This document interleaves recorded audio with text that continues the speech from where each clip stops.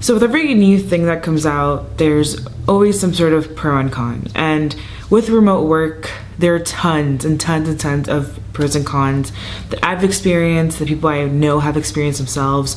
If you even Google pros and cons of remote work, it's probably one of the top searches in the remote work category.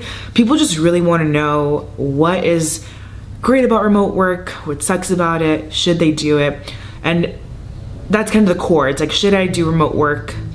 Can I deal with these pros and cons? But there's so much more to that. In this video, I'm only going to cover the pros and cons of remote work, 3 for each that I've experienced.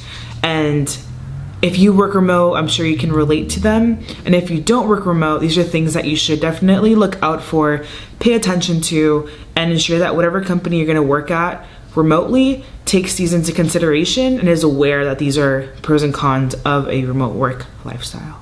I'll start with cons first because, let's just start with the bad, end with the good, on the same page. So the first con of remote work is communication.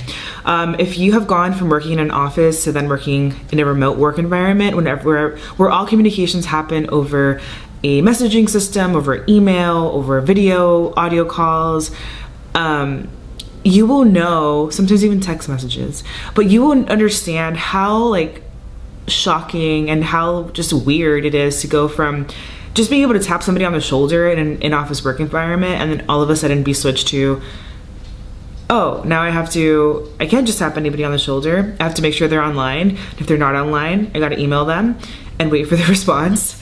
Or I need to jump on a call with them, right? If it's a needed case. And that's another thing. It's like, when do you jump on calls with people? When is it appropriate? Is when I'm trying to ask this person or this project that I'm trying to talk about, is it worth a call? You know what I mean? So it's so much different than just having the availability and the accessibility to just go up to your coworker and ask them a question over the water cooler or just tapping them on the shoulder and distracting them from their work. So that's the first con. And overall, working remotely just makes it so hard to decipher body language, expressions, and things like that. So a lot can be misinterpreted and cause a lot of tension sometimes. So a lot of things to look out for on that one. The second point that I wanted to bring up was work-life balance. So work-life balance is something that I've struggled with a lot. I think I've gotten better at it though. You end up having to set up a space in your home where you can work.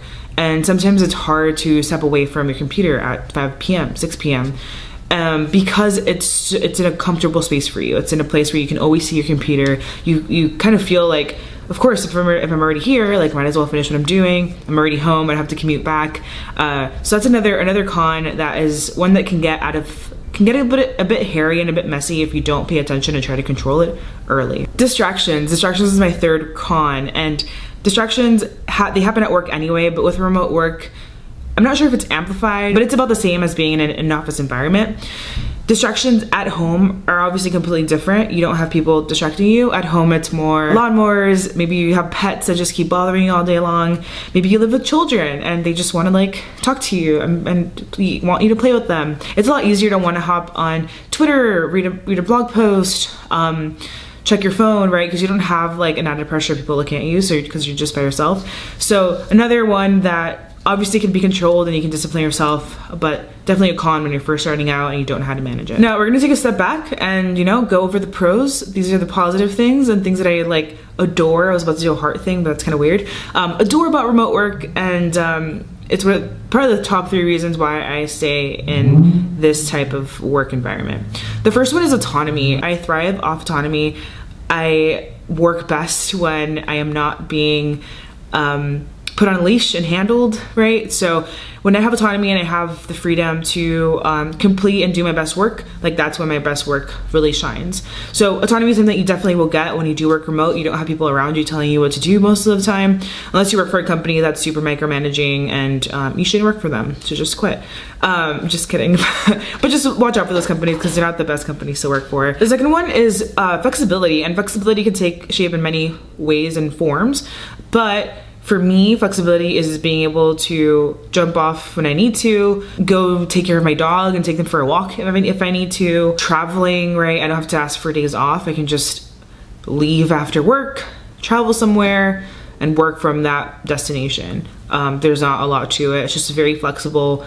very open, and as long as you're getting your work done and you're reliable and you're responsible, you should be good. But that's a huge pro that I have, and it's really hard for me to think about giving that up because I've gotten so used to it, and thinking about not having this flexibility is kind of really hard for me to process. So another huge reason why I stay in the remote work field. Another huge one, which I don't know if a lot of people think about, but it's productivity. And if you really think about this one, you are in an environment where you're like the most comfortable. Like your home is usually the most comfortable place. Obviously, if you don't have distractions around you all day long, but it's one of the most comfortable places you can be. You're in your element. You have your own desk setup. You have things around you that motivate you, that inspire you. So for me, like working remote and productivity kind of go hand in hand. And on top of that, I don't have, like, people aren't going to come up to me and distract me. They're not going to tap me on the shoulder and ask me a question when they could just like catch me on a break or email me, etc. With remote work, you have a lot more flexibility and understanding and figuring out like when you want to reply to people, how fast you should reply to them. You can put yourself as a way and people won't bother you as much, which just increases your productivity. You can block out your calendar and kind of do a productivity hack, do that. So, and I do have a video on that, so make sure to check that out somewhere around here. So those are kind of like 3 cons, 3 pros. Obviously this differs across everybody because everybody has different experiences with remote work, but ask whoever you know, ask them what their pros and cons are. It's very interesting to understand how differently people see remote work, especially the longer they've been doing it. The things that I find important might not be important for other people, but for me right now, these are the top 3 pros and the top 3 cons that I still try to manage and ensure that I'm paying attention to them at all times. So that's it for this video. And if you're interested in just hearing more about remote work and just tech in general, make sure to subscribe by hitting the subscribe button down in the description of this video. It really helps me out in creating more of these videos. And please leave a comment letting me know what your pros and cons are about remote work, or what you're the most worried about if you're not in the remote work space yet. Good luck, and I'll see you in the next one.